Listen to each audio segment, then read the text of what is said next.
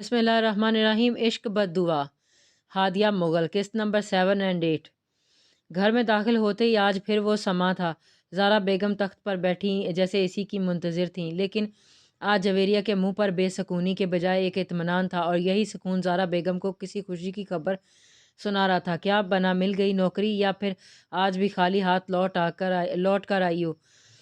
तख्त पर बैठकर ज़ारा बेगम की बात को नज़रअंदाज किए इसने मायरा को आवाज़ दी, मैं कुछ पूछ रही हूँ, तुझसे जवाब तो दे। ज़ारा बेगम को अपनी बात रद्द किए जाने पर शदीद तसफ़ी महसूस हुई थी। अम्मा, आपी को पानी तो पीने दे, आते ही आप शुरू हो गई हैं। ये लो पानी आपी, आप पानी पियो और चेंज कर लो, और मैं आपके लिए खाना लाती हूँ। आंख से इसे इशारा करती इसने जवेरिया को पुरसुकून किया था। नौकरी मिल गई है, कल से जाना है। हैंडबैग उठाकर वो तख्त से उठकर बिना ज़ारा बेगम की जानिब देखे वो स्पष्ट अंदाज में लिए वो कमरे की जानिब बढ़ गई थी। आफाक मियाँ फिर क्या सोचा है? आगा जान ने आफाक की जानिब देखकर गहरी संजीदगी से कहा, लेकिन आंखों में मोहब्बत वाज़े थी। लाउंज में आज सब बड़े बच्चों की महफिल जमी थी। 1 महीने के बाद घर का एक ख़ास फ़र्द वापस आया था, और एक अहम फ़ैसला 2 लोगों की ज़िंदगी बदलने वाला था। हमने आपका और मायरा का रिश्ता तय कर दिया। अगले एतवार आपकी मंगनी मायरा से तय है। आगा जान ने अपना फ़ैसला सुनाया था, और सबके चेहरों पर खुशी की लहर दौड़ी थी। फ़िरदौस और सलमान बेटा, आपको तो कोई एतराज़ नहीं है मेरे फ़ैसले से? और ज़ोबिया, आप क्या कहती हो? सुल्तान का तो मुझे पता है, इनसे मेरी बात हो चुकी है। आपको तो कोई एतराज़ नहीं है? मुझे एतराज़ है आगा जान। यकदम आफाक खड़ा हुआ और संजीदगी से गोया हुआ। ज़ोबिया बेगम इससे पहले कुछ कहती आफाक को संजीदगी से खड़ा होता देखकर सहमी हुई थीं। किचन के दरवाजे के पास खड़ी मुंतहा और मारिया की सांस भी थमी थी। मारिया को दिल की धड़कन डूबती हुई महसूस हो रही थी। दिल ने किसी अंदेशे की जानिब इशारा किया था। आगा जान, मुझे आपके फ़ैसले पर एतराज़ है। आंखों में कहर लिए वो बोला था, और मैं ये मंगनी नहीं कर सकता। अपना फ़ैसला सुनाकर वो यकदम खामोश हुआ था। आगा जान इसका फ़ैसला सुनकर गज़ब का शिकार हुए थे। अपने पोते से इनको ऐसी उम्मीद नहीं थी। ये क्या कह रहे हो आफाक? हमने आपसे पूछा था, इस वक्त तो आपको कोई एतराज़ नहीं था, लेकिन अब क्या वजह हुई है? वजह कुछ नहीं आगा जान, लेकिन मैं ये मंगनी नहीं कर सकता। आखिर क्यों नहीं कर सकते? मारिया बेटी में क्या कमी है जो आप ऐसा कर रहे हो?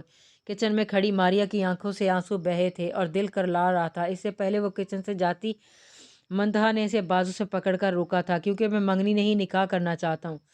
गम के आंसू खुशी के आंसुओं में तब्दील हुए थे और हैरत का झटका लगा था। लाउंज में मौजूद सब अफराद भी यकदम सोच में डूबे थे और इसके फैसले पर हैरान हुए थे। शरीर कहीं का डरा दिया अपने अब्बी जान को। अब्बी जान ने आगे बढ़कर आफाक के कान को पकड़कर इसे लताड़ा था।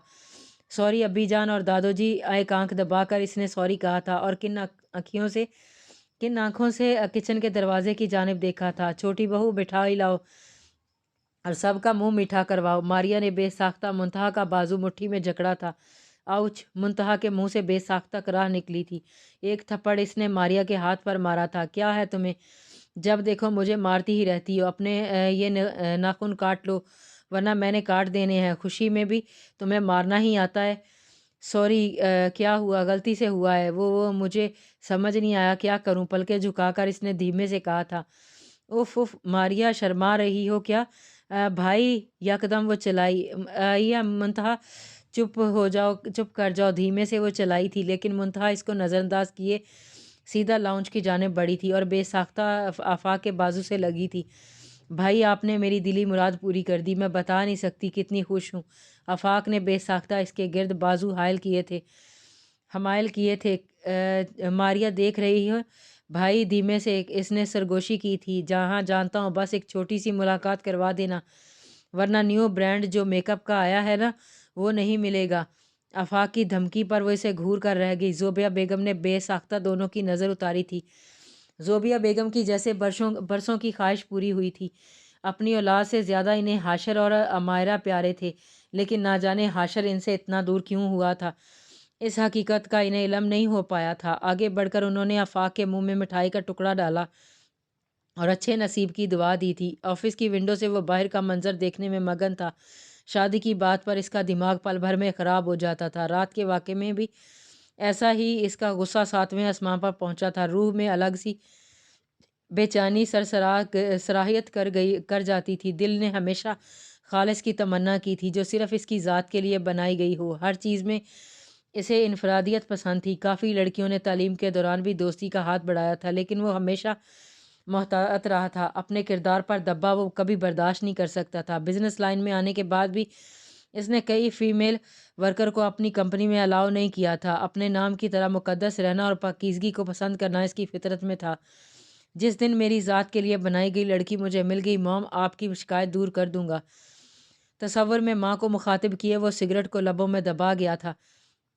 کارڈ کو ہاتھ میں تھامے وہ سوچ میں ڈوبی تھی، نہ جانے اس شخص میں ایسی کیا کشش تھی کہ وہ اسے بھلا ہی نہیں پا رہی تھی۔ کارڈ کو بھی بارہا پھینکنا چاہتا لیکن انجانی کشش جیسے اسے روک پا رہی تھی۔ زندگی میں پہلی مرتبہ اس کے دل کو کوئی شخص چھو گیا تھا، اور اس بات کا اقرار کرنے سے جیسے وہ خود سے بھی ڈر رہی تھی۔ آپ ہی کہاں گم ہو اور یہ کیا ہے ہاتھ میں، اور آپ کو دیر ہو رہی ہے؟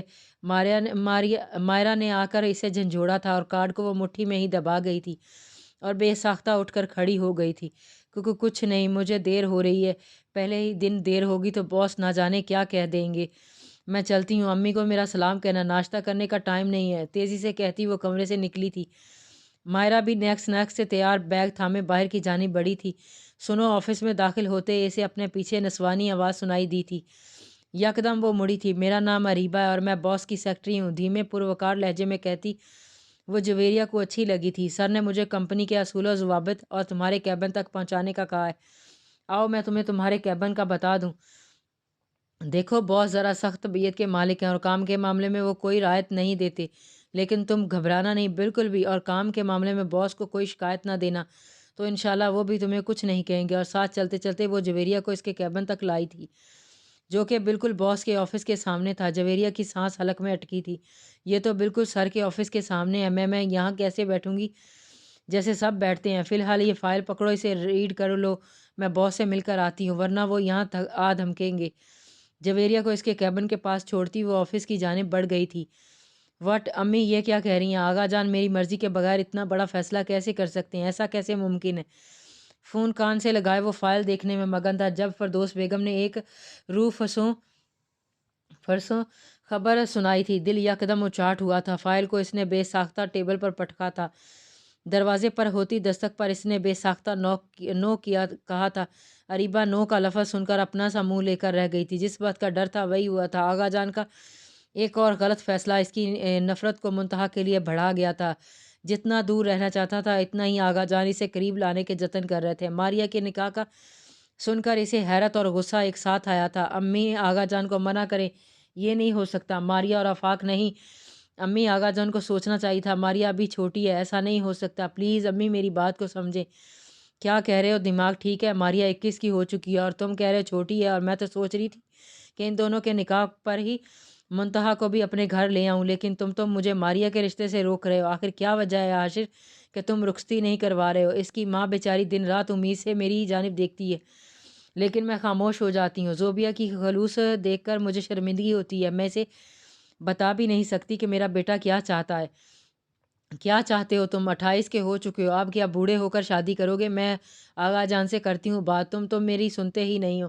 فردوس بیگم نے آج ساری کسر پوری کر دی تھی۔ منتہا کے ساتھ اس کا رویہ وہ جانتی تھی، لیکن کبھی اسے محسوس نہیں ہونے دیا تھا لیکن آج صبر کا پیمانہ لبریز ہو چکا تھا۔ امی میری بات سنیں، آپ آغا جان سے کوئی بات نہیں کریں گی؟ میں خود بات کرتا ہوں۔ امی سنیں امی۔ اس سے پہلے حاشر مزید کچھ بولتا دوسری جانب سے فردوس بیگم کال کاٹ چکی تھی۔ Dam it! فائل کو زور سے ٹیبل پر پٹک کر وہ آفس سے نکل کر لفٹ کی جانب بڑھا تھا، لیکن راستے میں اس کے قدم تھمے تھے۔ جویریہ کا منموہنا چہرہ دیکھ کر غصہ پل بھر میں ختم ہوا تھا اور سکون کی ٹھنڈی لہر جیسے پورے وجود کو چھو گئی تھی۔ یک ٹک کھڑا وہ جویریہ کو دیکھنے میں مگن ہوا تھا۔ بسم اللہ الرحمن الرحیم۔ عشق بد دعا۔ ہادیہ مغل، قسط نمبر 7 اور 8۔ گھر میں داخل ہوتے ہی آج پھر وہ سما تھا۔ زارا بیگم تخت پر بیٹھی جیسے اسی کی منتظر تھیں، لیکن آج جویریہ کے منہ پر بے سکونی کے بجائے ایک اطمینان تھا، اور یہی سکون زارا بیگم کو کسی خوشی کی خبر سنا رہا تھا۔ کیا بنا مل گئی نوکری، یا پھر آج بھی خالی ہاتھ لوٹ کر آئی ہو؟ تخت پر بیٹھ کر زارا بیگم کی بات کو نظر انداز کیے اس نے مائرا کو آواز دی، میں کچھ پوچھ رہی ہوں، تجھ سے جواب تو دے۔ زارا بیگم کو اپنی بات رد کیے جانے پر شدید تصفیہ محسوس ہوئی تھی۔ अम्मा आपी को पानी तो पीने दें, आते ही आप शुरू हो गई हैं, ये लो पानी आपी, आप पानी पियो और चेंज कर लो और मैं आपके लिए खाना लाती हूँ। आँख से इसे इशारा करती इसने जवेरिया को पुरसुकून किया था। नौकरी मिल गई है, कल से जाना है। हैंडबैग उठाकर वो तख्त से उठकर बिना ज़ारा बेगम की जानिब देखे वो स्पष्ट अंदाज में लिए वो कमरे की जानिब बढ़ गई थी। आफाक मियाँ फिर क्या सोचा है? आगा जान ने आफाक की जानिब देखकर गहरी संजीदगी से कहा, लेकिन आंखों में मोहब्बत वाज़े थी। लाउंज में आज सब बड़े बच्चों की महफिल जमी थी। 1 महीने के बाद घर का एक ख़ास फ़र्द वापस आया था और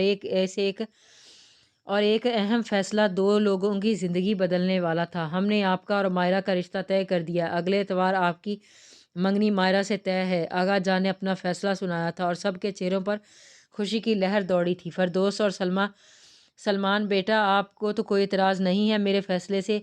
और ज़ोबिया, आप क्या कहती हो? सुल्तान का तो मुझे पता है, इनसे मेरी बात हो चुकी है। आपको तो कोई इतराज़ नहीं है? मुझे इतराज़ है आगा जान। यकदम आफाक खड़ा हुआ और संजीदगी से गोया हुआ।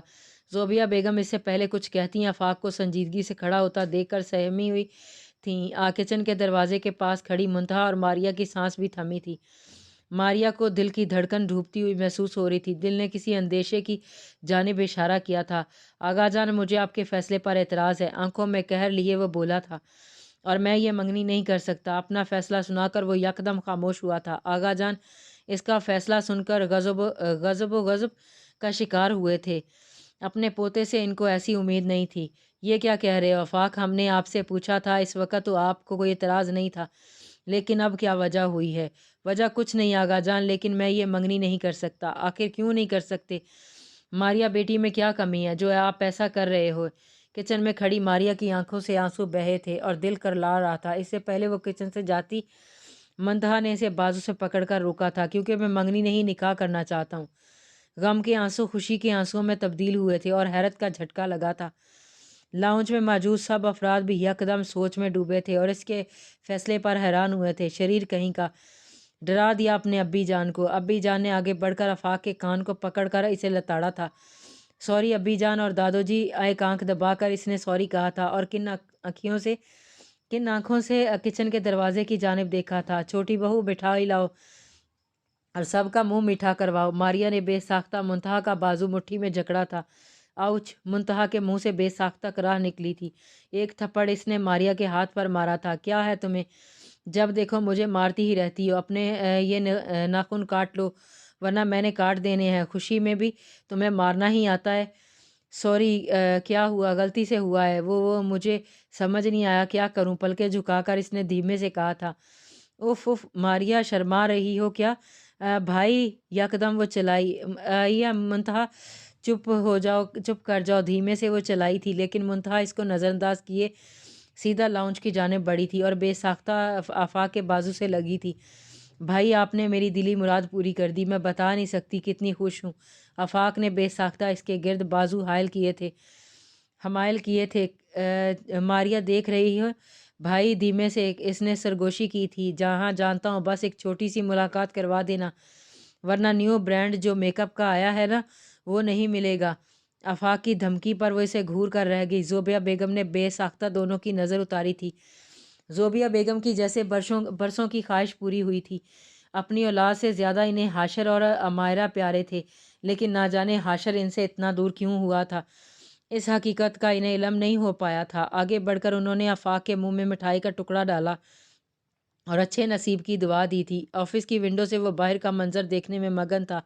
शादी की बात पर इसका दिमाग पल भर में ख़राब हो जाता था। रात के वाक़े में भी ऐसा ही इसका गुस्सा 7वें आसमान पर पहुंचा था। रूह में अलग सी बेचैनी सराहियत कर जाती थी। दिल ने हमेशा खालिस की तमन्ना की थी, जो सिर्फ इसकी ज़ात के लिए बनाई गई हो। हर चीज़ में इसे इनफरादियत पसंद थी। काफ़ी लड़कियों ने तालीम के दौरान भी दोस्ती का हाथ बढ़ाया था, लेकिन वो हमेशा मोहतात रहा था। अपने किरदार पर दब्बा वो कभी बर्दाश्त नहीं कर सकता था। बिजनेस लाइन में आने के बाद भी इसने कई फीमेल वर्कर को अपनी कंपनी में अलाउ नहीं किया था। अपने नाम की तरह मुकद्दस रहना और पाकीज़गी को पसंद करना इसकी फितरत में था।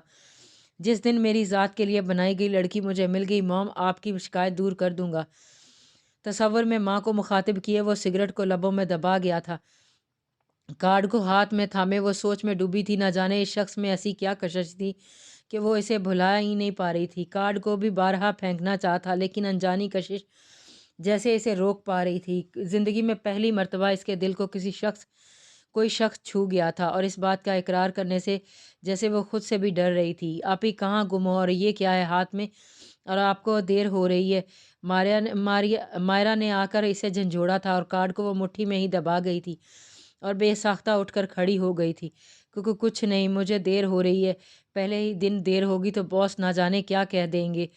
میں چلتی ہوں، امی کو میرا سلام کہنا، ناشتہ کرنے کا ٹائم نہیں ہے، تیزی سے کہتی وہ کمرے سے نکلی تھی۔ مائرا بھی نیک سے تیار بیگ تھامے باہر کی جانب بڑھی تھی۔ سنو آفس میں داخل ہوتے اسے اپنے پیچھے نسوانی آواز سنائی دی تھی۔ یکدم وہ مڑی تھی۔ میرا نام اریبہ ہے اور میں باس کی سیکرٹری ہوں، دھیمے پروکار لہجے میں کہتی وہ جویریہ کو اچھی لگی تھی۔ سر نے مجھے کمپنی کے اصول و ضوابط اور تمہارے کیبن تک پہنچانے کا کہا ہے۔ آؤ میں تمہیں تمہارے کیبن کا بتا دوں۔ دیکھو باس ذرا سخت طبیعت کے مالک ہیں اور کام کے معاملے میں وہ کوئی رعایت نہیں دیتے، لیکن تم گھبرانا نہیں بالکل بھی، اور کام کے معاملے میں باس کو کوئی شکایت نہ دینا تو انشاءاللہ وہ بھی تمہیں کچھ نہیں کہیں گے۔ اور ساتھ چلتے چلتے وہ جویریہ کو اس کے کیبن تک لائی تھی، جو کہ بالکل باس کے آفس کے سامنے تھا۔ جویریہ کی سانس حلق میں اٹکی تھی۔ یہ تو بالکل سر کے آفس کے سامنے ہے، میں یہاں کیسے بیٹھوں گی جیسے سب بیٹھتے ہیں؟ فی الحال یہ فائل پکڑو، اسے ریڈ کر لو، میں باس سے مل کر آتی ہوں، ورنہ وہ یہاں آ دھمکیں گے۔ جویریہ کو اس کے کیبن کے پاس چھوڑتی وہ آفس کی جانب بڑھ گئی تھی۔ وٹ امی یہ کیا کہہ رہی ہیں؟ آغا جان میری مرضی کے بغیر اتنا بڑا فیصلہ کیسے کر سکتے ہیں؟ ایسا کیسے ممکن ہے؟ فون کان سے لگائے وہ فائل دیکھنے میں مگن تھا جب فردوس بیگم نے ایک روح فرسوں خبر سنائی تھی۔ دل یکدم اچاٹ ہوا تھا۔ فائل کو اس نے بے ساختہ ٹیبل پر پٹکا تھا۔ دروازے پر ہوتی دستک پر اس نے بے ساختہ نو کیا کہا تھا۔ اریبہ نو کا لفظ سن کر اپنا سا منہ لے کر رہ گئی تھی۔ جس بات کا ڈر تھا وہی ہوا تھا۔ آغا جان کا ایک اور غلط فیصلہ اس کی نفرت کو منتہا کے لیے بڑھا گیا تھا۔ جتنا دور رہنا چاہتا تھا اتنا ہی آغا جان اسے قریب لانے کے جتن کر رہے تھے۔ ماریا کے نکاح کا سن کر اسے حیرت اور غصہ ایک ساتھ آیا تھا۔ امی آغا جان کو منع کریں، یہ نہیں ہو سکتا۔ ماریا اور آفاق نہیں، امی آغا جان کو سوچنا چاہیے تھا، ماریا ابھی چھوٹی ہے، ایسا نہیں ہو سکتا، پلیز امی میری بات کو سمجھیں۔ کیا کہہ رہے ہو؟ دماغ ٹھیک ہے؟ ماریا 21 کی ہو چکی ہے اور تم کہہ رہے ہو چھوٹی ہے، اور میں تو سوچ رہی تھی کہ ان دونوں کے نکاح پر ہی منتہا کو بھی اپنے گھر لے آؤں، لیکن تم تو مجھے ماریا کے رشتے سے روک رہے ہو۔ آخر کیا وجہ ہے عاشر کہ تم رخصتی نہیں کروا رہے ہو؟ اس کی ماں بیچاری دن رات امید سے میری ہی جانب دیکھتی ہے، لیکن میں خاموش ہو جاتی ہوں۔ زوبیہ کی خلوص دیکھ کر مجھے شرمندگی ہوتی ہے، میں اسے بتا بھی نہیں سکتی کہ میرا بیٹا کیا چاہتا ہے۔ کیا چاہتے ہو تم؟ 28 کے ہو چکے ہو، اب کیا بوڑھے ہو کر شادی کرو گے؟ میں آغا جان سے کرتی ہوں بات، تم میری سنتے ہی نہیں ہو۔